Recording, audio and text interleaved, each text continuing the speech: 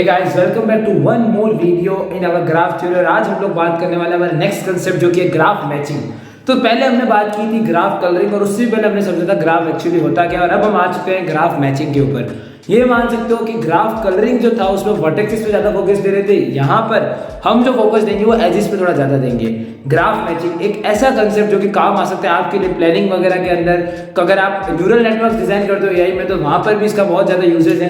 तो सबसे पहले कोई भी चीज पढ़ने से पहले हम ये समझते हैं कि इसका यूज क्या आने वाला है। तो इसका जो यूज है वो आने वाला है, एक तो शेड्यूलिंग और प्लानिंग के अंदर बहुत ज्यादा यूज है। सेकंड जो इसका यूज है वो है न्यूरल नेटवर्क्स एआई के अंदर, और जो थर्ड है इसका फ्लो नेटवर्क्स। तो इनके अंदर हम इस चीज को यूज करते हैं, मैचिंग नंबर के कांसेप्ट को यूज करेंगे। मैचिंग ग्राफ क्या होता है जानते हो क्या?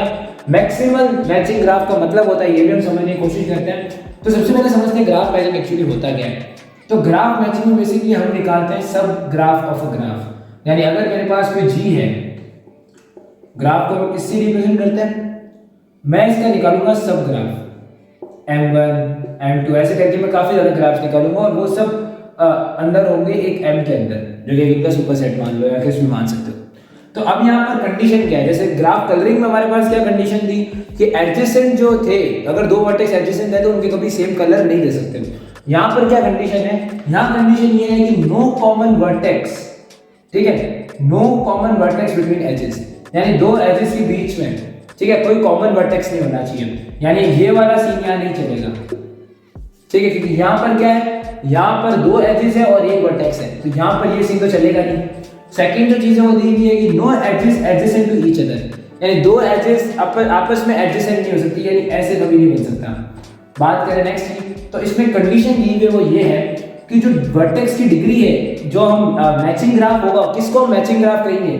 हम उस ग्राफ को मैचिंग ग्राफ कहेंगे जिसमें जो डिग्री हो वर्टिसेस की, ठीक है, वो 1 हो या 1 से कम हो। कम होने का मतलब सिंगल भी हो सकती है, इसमें कोई एज ही नहीं है, तो जीरो भी हो सकती है, जो हम आइसोलेटेड वर्टेक्स का कांसेप्ट मैंने देखा था। और इसमें क्या हो सकती है, अगर 1 हो तब भी कोई दिक्कत नहीं है। तो बेसिकली हम क्या फोकस कर रहे हैं ग्राफ मैचिंग के अंदर कि जितने भी एजेस हैं वो आपस में एडजेसेंट नहीं होने चाहिए, दोनों कॉमन वर्टेक्स शेयर नहीं करने चाहिए, और इस कंडीशन को सेटिस्फाई करने चाहिए, क्योंकि ये कह रही है कि अगर कोई भी ग्राफ है तो उसकी जो वर्टेक्स का जो डिग्री है वो या तो 1 होगा या 1 से कम होगा। आपको दिमाग में यही चीजें लेनी है। अब आपके सामने एक एग्जांपल दिया हुआ है वो है ये। तो सबसे पहले हम एक काम करते हैं, अगर आपको ये समझ में आ चुका है तो उसको मिटाते हैं, क्योंकि हम यहाँ पर आसानी से इस चीज को सॉल्व करके आपको मैं बता पाऊंगा कि इसको हम कैसे लेते हैं इनटू कंसीडरेशन। तो आपने अगर ये नोट कर लिया है तो आप उसको नोट ले लो, स्क्रीनशॉट ले लो, जो करना है कर लो, क्योंकि अब मैं इसको रब करने वाला हूँ।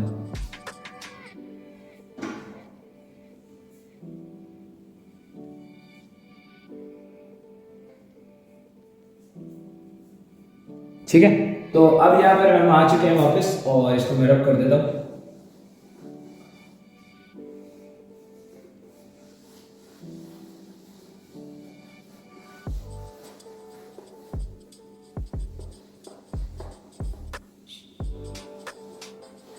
ठीक है, तो यहाँ मेरे को एक प्लेन सरफेस मिल गया, और अब हमारे पास जो क्वेश्चन है वो हम देखते हैं कि हमारे पास क्वेश्चन क्या है। तो हमारे पास सपोज एक ग्राफ दिया हुआ है,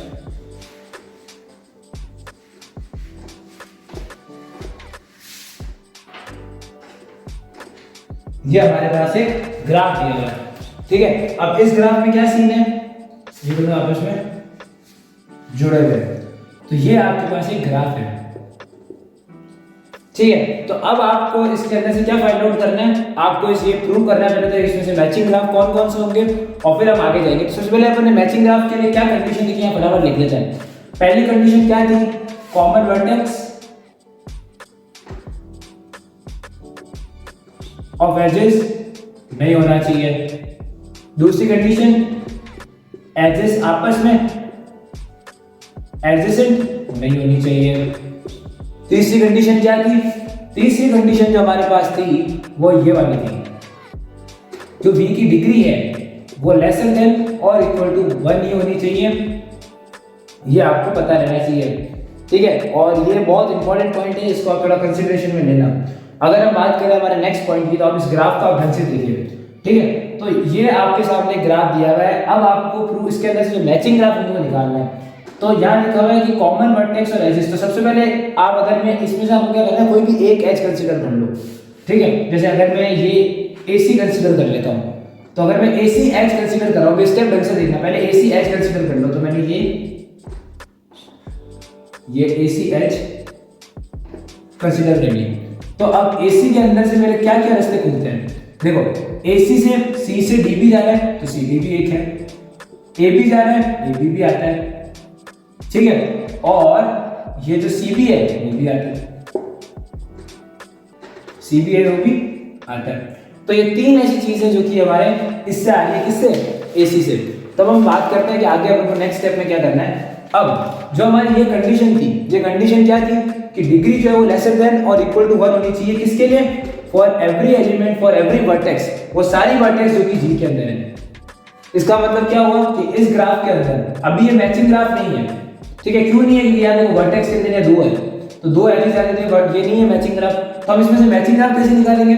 अगर मैं ये ग्राफ निकालूं, अगर इस ग्राफ को मैं ऐसे लिख दूं, AC और DB, क्या ये मैचिंग ग्राफ है? बिल्कुल है, ये एक मैचिंग ग्राफ है। क्यों मैचिंग ग्राफ है? क्योंकि देखो D की डिग्री 1 है, B की 1 है, A की 1 है और C की भी 1 है, तो ये एक मैचिंग ग्राफ है। तो इसको मैं M1 दे देता हूं, ठीक है। ऐसे मैं क्या कर सकता हूं, इनके साथ भी कर सकता हूं सिमिलरली। ऊपर मैं CD लिख दूं, नीचे मैं DB लिख दूं, ये M2 हो गया। सिमिलरली हम क्या कर सकते हैं? एक और काम कर सकते हैं, हम ये भी कर सकते हैं, CD कर देंगे, इनको खाली छोड़ो, क्या दिक्कत है? क्योंकि हमने बोला था कि देखो या तो क्या होना चाहिए, या तो 1 होना चाहिए या 0, 1 से कम तो 0 ही होगा। तो यहाँ 0 है, ये जो एरिया है D और ये आपका है 1, यहाँ एच ही नहीं है, तो जो अपनी डिग्री है वो 0 हो गई, तो ये तो हो सकता है, तो ये भी हो गया, तो ये M3 में आ गया। सिमिलरली और भी कॉम्बिनेशन पॉसिबल है, आप चाहो तो ऐसे कर सकते हो, ये A हो गया, ये आपका C हो गया, ये A हो गया, आपने केवल इन दोनों को जोड़ दिया, ये आपका M4 हो गया। तो ऐसे करते करते काफी ज्यादा कॉम्बिनेशन आप इसके अंदर निकाल सकते हो। ये सारे मैचिंग ग्राफ है, ये सारे कैसे है? मैचिंग ग्राफ है। लेकिन अब हम बात करते हैं हमारे नेक्स्ट कंसेप्ट की, जो कि है मैक्सिमल मैचिंग ग्राफ। पहले हमने ये समझ लिया मैचिंग ग्राफ क्या होता है, तो आपने देख लिया मैचिंग ग्राफ कैसे निकालना है। कुछ भी नहीं करना है, इसको आपको कन्वर्ट करना है मैचिंग ग्राफ के अंदर, ठीक है। तो ये एक मैचिंग ग्राफ हमने निकाला। हमने बोला भाई कि हमें क्या चाहिए, हमारी 3 कंडीशन है। कॉमन वर्टेक्स भी होना चाहिए एजेस के बीच में, एजेस एडजेसेंट नहीं होनी चाहिए, और तीसरा क्या था, जो डिग्री है वो या तो 1 होनी चाहिए, 1 से कम होनी चाहिए। किसके लिए? हर वर्टेक्स के लिए जो कि उस ग्राफ के अंदर है। तो यहाँ पर हमने AC लिया, हमने बोला चलो भाई हम AC से स्टार्ट करते हैं, तो CD भी उठा सकते हो। तो AC के रास्ते कहाँ थे? AC भाई CD का भी जा रहा है, ये भी रास्ता जा रहा है और ये भी जा रहा है, 3 रास्ते जा रहे थे। तो ऐसे रास्ता बनेगा, आपको क्लियर ये ध्यान रखना है। इसका मतलब क्या है? इसका मतलब ये है कि आप यहाँ से कोई अभी एजेस नहीं उठा सकते, ठीक है, ये ध्यान रखना। फिर हमने पहला हमारा ग्राफ बनाया, हमने बोला कि AC हो गया और ये DB हो गया, क्लियर है। AC और DB उठा लिया। अब यहाँ पर आप पहले चेक करो, देखो D है, D की डिग्री 1 है, B की 1 है, A की 1 है, C की 1 है, तो प्रॉपर्ली ये मैचिंग ग्राफ है। ऐसे करके हमने काफी ज्यादा कॉम्बिनेशन देखे, आगे जाके एक और कॉम्बिनेशन आपकी मर्जी है जो आप बता सकते हो, ठीक है।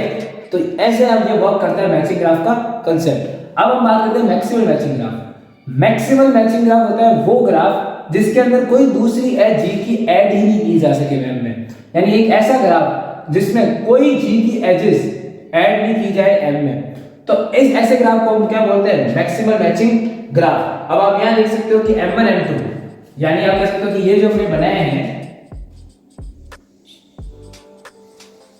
ये M1 M2 कैसे ग्राफ है? मैक्सिमल मैचिंग ग्राफ है।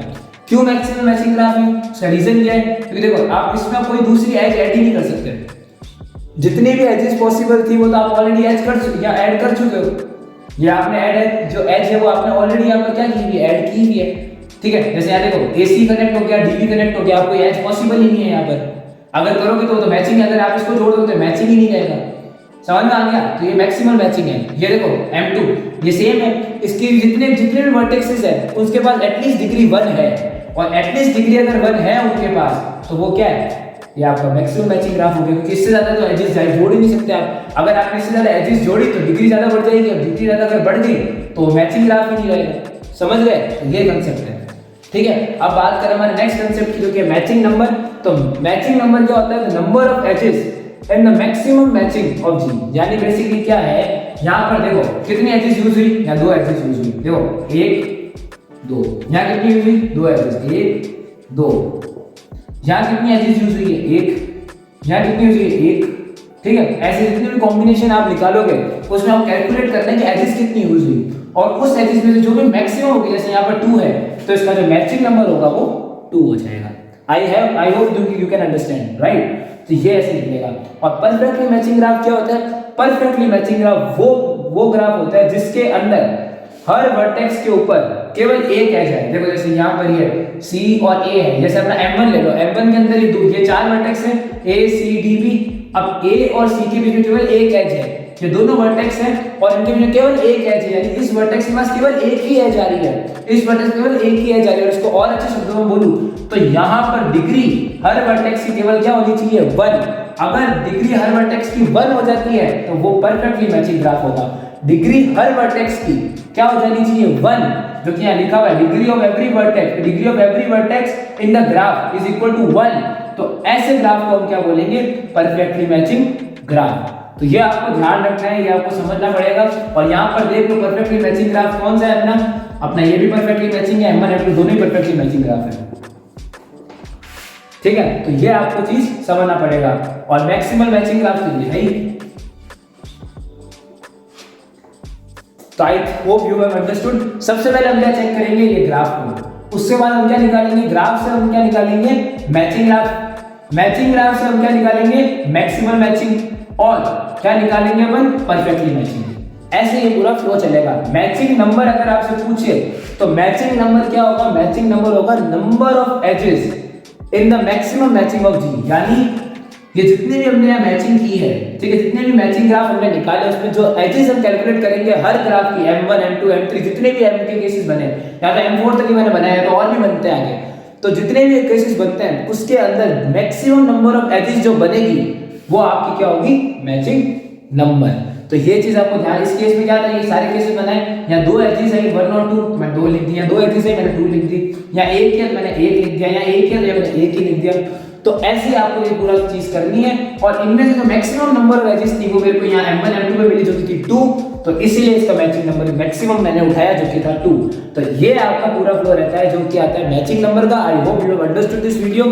टिल देन आप इसका स्क्रीनशॉट लेना चाहे एनीथिंग यू कैन टेक, ये बेसिकली नोट्स आपको मिल जाएंगे। Thank you so much guys for watching this video. I will see you in the next video with the next more concept. Till then, enjoy your life, stay safe, stay healthy. Bye.